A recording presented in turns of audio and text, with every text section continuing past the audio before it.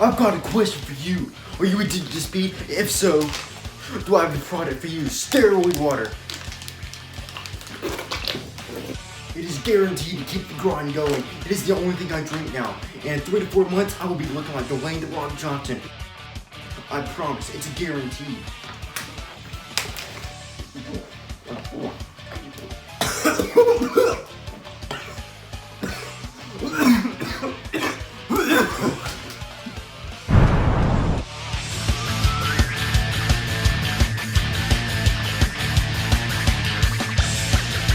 Don't listen to my sponsor. The real substitute for speed addiction is Sonic Mania.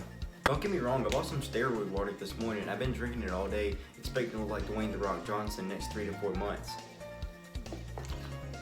Gosh, it tastes like regular water. I don't get what he added to it. The Sonic series, a series I literally have never got into.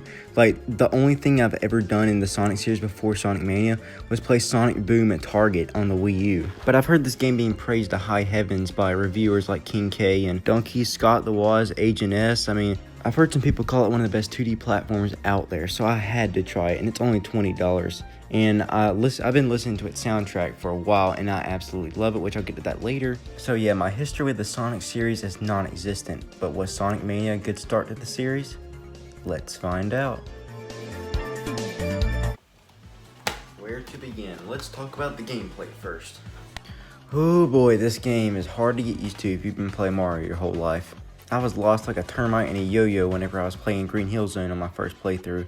It was a disaster. I was just going everywhere, and I somehow miraculously made it to the boss. And that's what I love about this game. You'll be thinking to yourself, there's no way I'm going the right way. And then all of a sudden you hit a checkpoint, and then the boss music starts playing. You're like, what? I've been going right this whole time? But that's the thing about Sonic. You're always going the right way. There's just multiple paths to the end.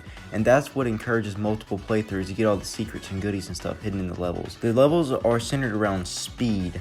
Like, you have all kinds of springs and stuff to get your momentum up. And once you get your momentum moving, you're just grooving around the place. It is a thing of beauty. Let me tell you, it is beautiful whenever you're just flying around the place.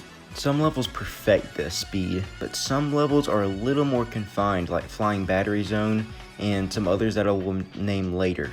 Some are more confined and not more centered on speed and are focused more on platforming. So you have the nice mix of them, but I really do love the speed. It is so satisfying. There's 3 playable characters in this game: Sonic the Hedgehog, Tails the Fox, and Knuckles the Enchilada. Knuckles can climb and glide. Tails can fly. I don't even know it's Sonic. I guess he's air quotes faster than Tails and Knuckles. But I'm just going to guess he's like the Mario type that can do all around everything. I'm doing my second playthrough with Knuckles right now, and I can definitely say that Sonic can jump way higher than Knuckles. Knuckles has a really bad jump. And Tails is just for babies. If you want to get to the game the baby way, play with Tails. He's such a cheater.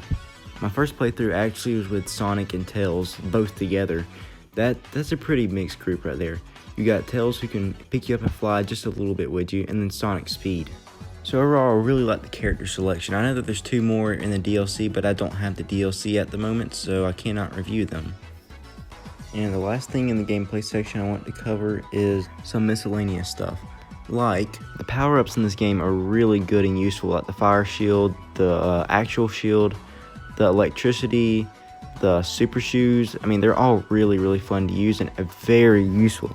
And I can't stress their usefulness enough. This game can be very unfair sometimes. Let's just say you're speeding through a level, then you hit something you don't even see, like that lightning over there in the footage. I mean, I hit that so many times in Titanic Monarch Zone, it's not even funny. And whenever you get hit, you lose all your rings. And I won't touch this now, but in the bosses, you have to do a bunch of damage boosting to beat them. Lives are so important in this game, and getting 100 rings or finding an extra life is so important to beat the level on your first go. I've only beat like 2 or 3 zones my first go without getting a game over. I'm just gonna say because I'm really, really bad at Sonic games. But a lot of times I felt like I was getting cheap shotted by just like I was saying, speeding around and then get hit by a random enemy or Spike or something like that. And also, the one-hit kills are so annoying. They really ruin the flow to a level. But anyways, my ranting about the gameplay is over. Overall, this game has really good gameplay with some unfair, tedious things. Mania's story is nothing really to write home about. Dr. Eggman and his minions steal a ruby from Sonic, I guess, and you just chase them throughout a bunch of different zones to get the rubies back. I mean, it's not really much, but it's something, I guess. It's a 2D platformer, so you don't expect much, unless you're Celeste, by the way. Celeste has an amazing story, and it's a 2D platformer. But I wasn't going into Sonic Mania expecting Final Fantasy VII or like an RPG with a ton of story. I knew it was a 2D platformer, so I knew it was going to knock it out of the park with story-wise. But it's okay, it works.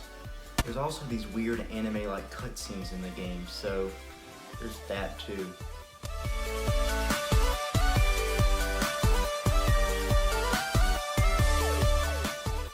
What is this? Sega, I thought I trusted you. I thought you never played anime in your games.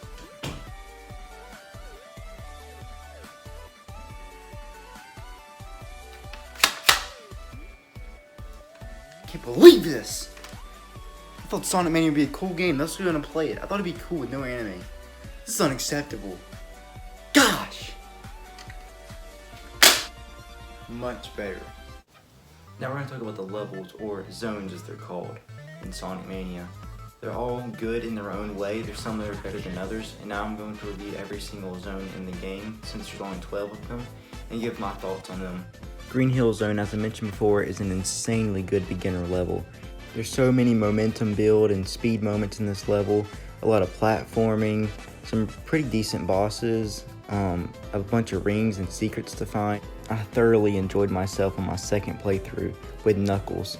I found some different routes, some cool secrets, and just was altogether having a better time because I knew how to play Sonic. When I first started the game, I was like, what is going on and why is there so many paths? And while we're on it in the footage, the special levels. Special levels are fun, but I only got 2 Chaos Emeralds because I'm really bad at them. I found a bunch of them, but I just was really bad at them. And then the extra bonus stages, ooh, let's just say I only beat 1 of them. Sega, do you want me to have a seizure? Chemical Plant Zone is a mixed bag for me. It is a masterpiece in Act 2. It is so fun. There is like the most speed moments out of any of the other zones in the game. This level is a masterpiece in Act 2. But in Act 1, there's this part. This part in Act 1 is an actual nightmare. It took me so long. Either the blocks will crush you or you'll be drowned by the rising grape juice. And Sonic controls horribly underwater, so you can tell how much a pain this part is. But other than Satan Incarnated, this level is a blast to go through. In Studiopolis Zone, you take the speed from Chemical Plant Zone Act 2 and multiply it by 4 to get the speed in this zone. This is a perfect zone. The only thing I don't like about Studiopolis is the mini boss, which is a real pace breaker, but other than that, this is an absolute masterpiece. Flying Battery is what you like to call concealed speed. There's a lot of speed in this level, but this is a very linear level, unlike Green Hill Zone and Studiopolis and all those zones I've been talking about. This is a very linear level, which is a thing that I admire. I really do like this level, and it has some really cool elements to it. This is probably one of my favorite linear levels in this game. But talk about a difficulty spike that isn't unfair like the Chemical Plant one. This level is balls to the walls hard. Enemies, fires, pits everywhere. This is a hard level. It took me a good 3 to 4 game overs to beat this level, but on my second playthrough, I owned this level. I do really like this level, but with a side of salt. After Flying Battery Zone, this zone, Press Garden, is a relief. This one is not that hard at all. It's very chill. It's got chill music, besides in Act 1. Act 1's music is pretty hype. But anyways, the level design is really good in this one. I don't really see many flaws. It's just not that memorable as some of the other ones. I really do like Press Garden Zone, don't get me wrong. This is perfect after Flying Battery Zone because it was so much fun going through this zone after the stress and struggles of Flying Battery. Press Garden really exceeds at its role, which I think is giving the player a break from difficulty. Because I did not get a game over on the stage, and I usually get a game over at least once on every stage, besides like Green Hill Zone or some easy stage. But yeah, I really do like Press Garden. It's got really good music, decent bosses all around. I really do like Press Garden, but it's just not as memorable as some of the other zones. Stardust Speedway is my second favorite zone of the game, with my third being Studiopolis and my first coming up soon. This place is a masterpiece. Act 1 and 2 are both a joy to go through. They're not too hard. They have crazy momentum moments, especially Act 2. Act 2 is probably the fastest part of the game. Even though I said that Chemical Plant 2 and Studiopolis was the fastest, no, this part is insanely fast. You're zipping from one place to another. This is a masterpiece of a zone. I'm trying not to mention this now, but the soundtrack for these two levels are absolutely outstanding. The smooth jazz for Act 1, the hype remix for Act 2, from the music to the level design to the visuals, this place is an absolute blast. Hydrocity is another one I have some mixed feelings on. Act 1 is so slow. You're either underwater, and you know how Sonic walks like 2 miles an hour underwater, and the whole game is focused on speed. And then when he's above water, you're on a boat. So there is two ways, but they're both slow as heck. But then Act 2 is amazing. But the problem with having one amazing act and one not so good one is whenever you get a game over, you gotta go through the not so good one too. But Act 2 is so good. I just feel like a bipolar person because Act 1 is so bad and then Act 2 is so good. I don't even know. I mean, just look at the footage. You're riding a boat that's going 1 mile an hour, and then you get in a bubble. Look at the bubble! It's moving so slow! But then Act 2 is like this, just you're zooming all around the place. I just really don't get it. Hydrocity is a tragic place. You love it 1 second and you hate it the next. The music slaps in both acts, though. Mirage Saloon is the definition of meh. The first act when you're riding on a plane is an absolute horrible act, and it's the worst in the game. And the second act is okay. I mean, it's nothing to write home about, but it's really fun. But just that first act, though, is so bad. Not gonna lie, I really do like the bosses in this zone, though, which is rare because I don't really like any of the bosses in this game. Oil Ocean Zone, also known as Los Angeles Zone, is filled with oil and pollution and radiation in the air. And in Act 2, if the pollution builds up too much in the background, it will one-shot kill you, which is very, very stressful. It's not like your death is inevitable. You still can pull a lever to make the radiation go away, but it's very stressful nonetheless. This level is okay in my opinion. Lava Reef, also known as Satan's Handiwork. I don't know if this level is designed to be as hard as it was for me, but I got like 6 game overs in this level, and this level is tediously long. I'm not saying this is a bad level, far from it. It's a pretty good level, especially in the first act. The first act is really, really fun, but the second act can go die in a hole. I really don't know why I struggle with the second act so much. It's those crushing blocks right there. I died like 5 times on those stupid crushing blocks, even though I know how to avoid it. I hate those one-hit kills. They're so annoying. So yeah, this level put me in therapy. So it says here it's because of Lava Reef Zone from Sonic Mania. Yeah, I hated that place too. That's where I met my wife. Flashback. You want to know what else is a waste of money? My wife.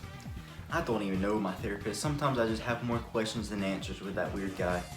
Metallic Madness. Now this is my favorite zone in the whole game. The mechanics of going from big to small is awesome. There's a ton of speed in this level, a bunch of good platforming, some banging music tracks. I mean, good lord, the music in this level is amazing, and I just try not to cover the soundtrack now because I have my own section for the soundtrack, but I just can't help it. It's so good in this level, and everything just comes together in this level. It looks nice. It looks like a Death Star from the outside of it. That is amazing. I love the Death Star from Star Wars, and when I was in Lava Reef Island and I was looking over to the next level, I was like, that looks like the Death Star, and this level did not disappoint. It was bliss from start to finish.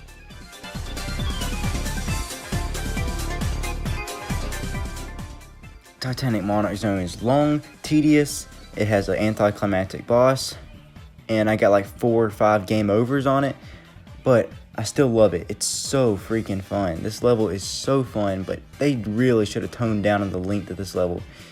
There's a time limit in each level, and if it exceeds 10 minutes, you just automatically die.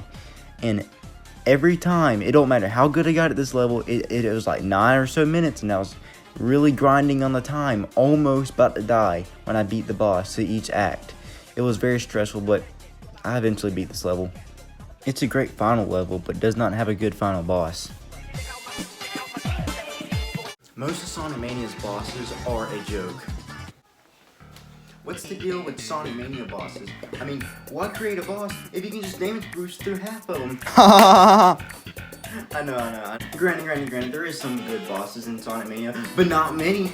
But, I mean, yeah. Have you ever noticed how there's a lot of bosses that are just unfair and you don't know what you're doing? I mean, but maybe that's because I'm bad. Also, when I heard the name Hard-Boiled Heavies, it's like, what is that, an egg?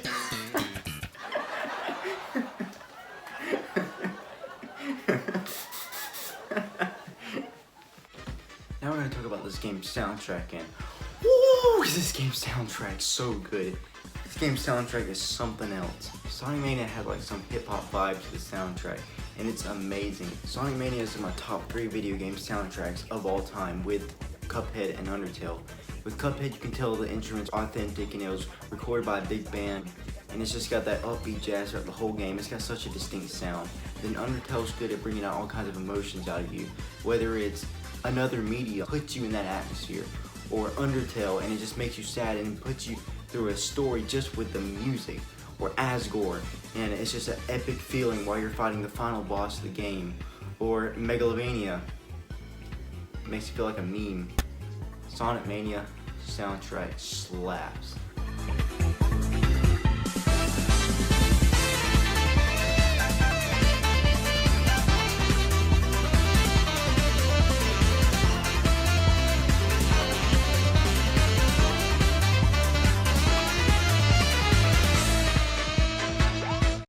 One thing that I think that Sonic Mania's soundtrack does better than Cuphead and Undertale's soundtrack is it's more consistent. Like, I can listen to the whole soundtrack and won't have to skip any songs because they're all amazing.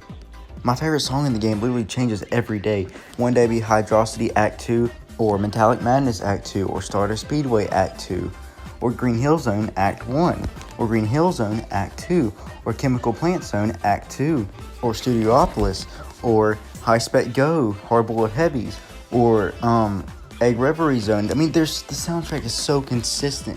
I love every song in the soundtrack. It's just so amazing. T. Lopes did a masterful job on the soundtrack. The songs from older Sonic games are remixed to perfection. The new compositions are outstanding.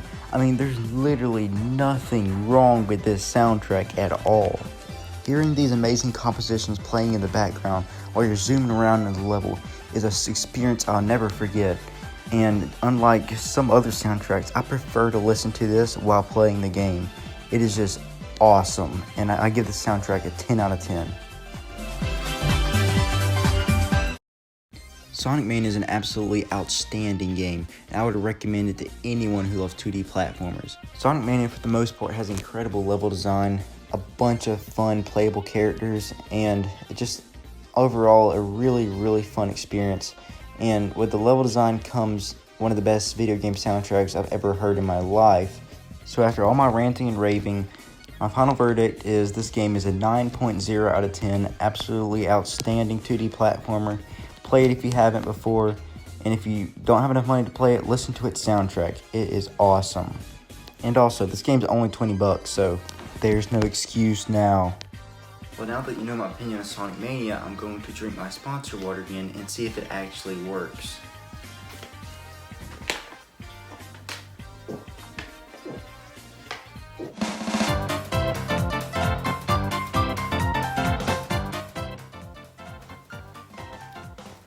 Dang it, it was a scam!